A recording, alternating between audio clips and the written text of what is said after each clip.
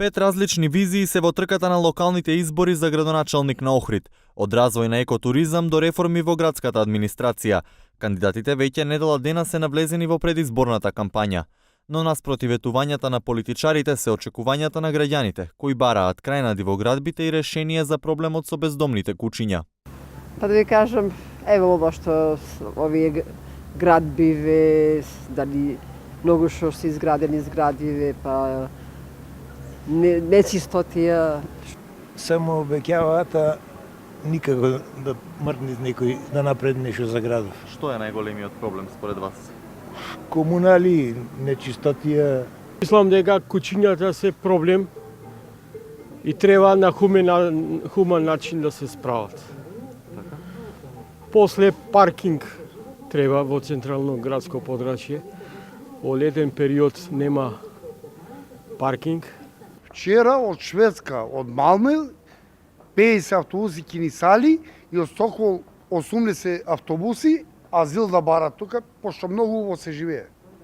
На локалните избори охриѓани ќе бираат помеѓу кандидатите на СДСМ, ВМРО ДПМН, БЕСА, Граѓанско-демократската унија и новоформираната партија Демократи.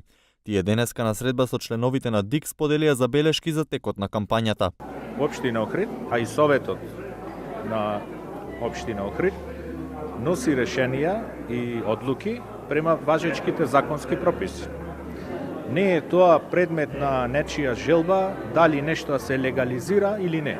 Нека се смени законот и да забраниме легализација на објекти во крајбрежје, тогаш нема да легализираме. Моментално по важечките законски прописи тоа не е така. Прво и основно што си имам зацртано е средување на јавната администрација. Јавната администрација за жал сега работи стихино.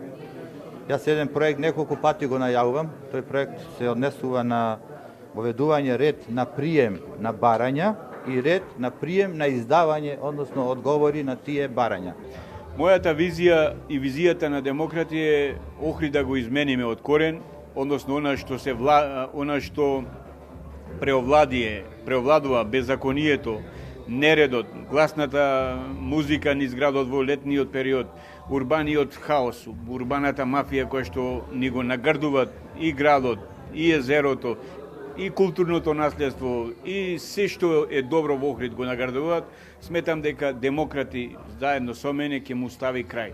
Мојата замисла е Охрид да стане град држава, центар на култура, спорт и туризам.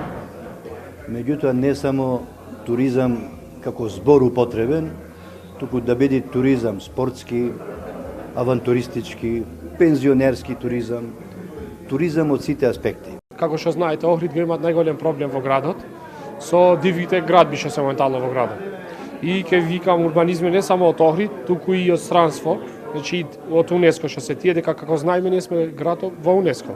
И треба тие да ни кажат првија работа што му сметат на УНЕСКО за градот на Охрид и ние да ги земеме од врскиве што сме како локална самоуправа. Кандидатот на ВМРО ДПМН обвини за притисоци во јавната администрација, особено кај директорите на јавните предпријатија пред гласањето.